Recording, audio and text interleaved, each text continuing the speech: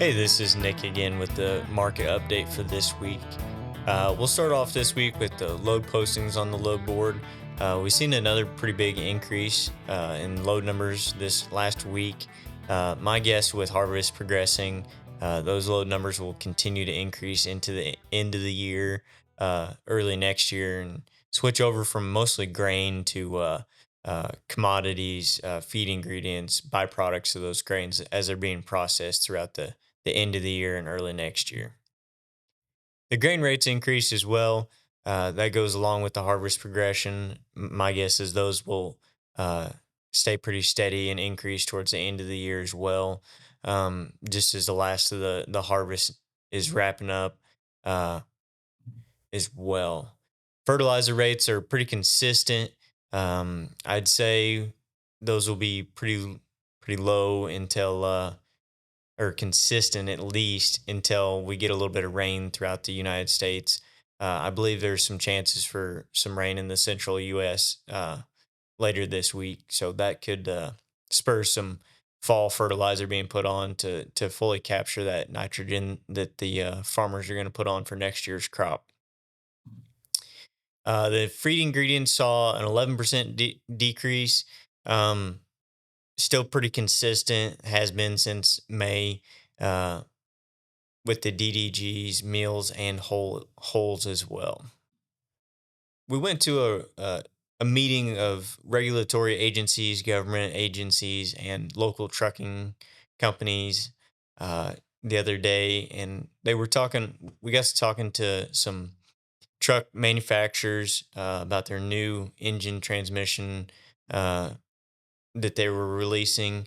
They were talking about fuel mileage. Ahead of the EPA regulations coming in 2027. I'd say that we'll see quite a few new engines and transmissions mated together here in the end of this year, early into 2026, uh, ahead of those 2027 EPA regulations becoming more strict. I included the average fuel mileage for trucks in each state here. It'd be interesting to follow up on this after those regulations in place with these newer engines, if they're really helping the efficiency of the truck or if it's just emissions from the truck that are being affected on that, or if they're even seeing a decrease in efficiency of the engine with the emissions regulations. With that being said, the fuel prices have uh, stayed pretty consistent this year, actually 22% cheaper than last year, down 2% from last week. From what I've seen last week, those are planned to stay pretty consistent through 2025. My guess is after the election, we'll see some sort of change going into the first of the year with a new administration, either way. Also here, I usually pull up carrier numbers to see where competition for carriers and where trucks are located mostly. With brokerage authorities, I thought it'd be interesting to see where they're spread out across the United States. This is total brokers, not just bulk commodity brokers. My guess is the central United States is going to be where your bulk commodity brokers are, more where the product is being moved. Um, I'd say the California, Texas, Florida, uh, Illinois, which is probably mostly Chicago and New York, those are going to be more of your general freight brokerages. And if you can work from home, why wouldn't you choose a nice warm state like that? Uh, Following the carrier numbers since COVID, we've seen a almost a 10% decrease in brokerage authority numbers since the end of last year uh, to September this year. That mirrors carrier authority numbers pretty consistently as well. So we're seeing a few of those exit the industry. That'll leave more of the larger players, some of the more uh, tried and true brokers that'll actually get you some loads, reloads uh, to keep your trucks loaded both directions as well. With fall harvest, I've seen a pretty big jump in soybeans and corn harvest. A lot of these are starting to show up on the load board, moving from the local elevators and co-ops to some of the bigger facilities, um, especially in the central United States, starting to get into into some other crops as well. We've seen soy or sugar beets and cotton harvest as well progressing along uh, quite a bit since the storms in the southeast have stopped. The irrigated land out west as well. We can see the peanut harvest and sunflowers. They changed quite a bit from last week as well. Being dry across the country, harvest is progressing along uninterrupted quite a bit.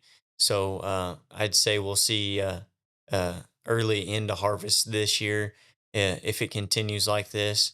But we sure need some moisture, especially in the central United States, into the west as well. Part of that could be the reason for this uh, decline in Western loads. Um, that's only about 500 loads difference, not a whole lot of freight coming out of the West. If you live out that direction and you're looking to stay busy, you may want to stay towards the central and eastern United States. Uh, for as long as you can with harvest going on and progressing along quite well. I'd say there'd be quite a lot of loads. If you don't mind to sleep in the truck, um, keeping that in mind as well. At that regulatory meeting we went to and talked to some truckers and some interest groups, they talked quite a bit about diversifying the power for their trucking fleets. So the big one on everyone's mind is electric trucks. I pulled up some models here. Um, the ranges on those are not very competitive with a diesel truck, especially with the wait times for charging. So you may see some of those from more of your more local fleets or even uh, intra-city pup trailers and stuff like that. I would say until those ranges get a little bit higher or infrastructure improves. Um, I could see if that's the way that the government is pushing um, more of the drop and hook method, dropping truck and trailer um, as drivers uh, go home for the night or go from depot to depot. Some other things they had talked about: compressed natural gas, liquefied natural gas, liquefied uh, petroleum gas, or hydrogen fuel cells. I pulled up some numbers of the percentages of trucks on the road right now. They're using these. Um, the There's not a very wide adoption, and what they had talked about is infrastructure for filling up is not keeping up with demand. Um, you wouldn't change your truck to propane and then only have one place nearby to fill up your truck. Uh, so they've been working with local agencies. If you're using your city changes its trucks to propane or natural gas or local recycling plants and stuff like that, of making those both private and open to the public as well to help with some infrastructure stuff. Uh, a lot of this is coming ahead of these 2027 EPA regulations that I had talked about earlier. Uh, Restrictions getting a little more tight. Um, I'd say that'll keep your used trucks pretty wanted and in demand, uh, even after ELD regulations implemented. Uh, so we'll see what happens here in the next year or two with these electric vehicles or other options opposed to petroleum diesel products. And I'd say a lot of this will be affected with the coming administrations, um, depending on use of uh, domestic oil production and natural gas versus uh, switching to alternative fuels as well. That's all I've got for this week. If you have any other questions or anything you'd like to see on the market update here, we'd love to hear it. Just give us a shout, and we'd love to talk to you all. Thank you.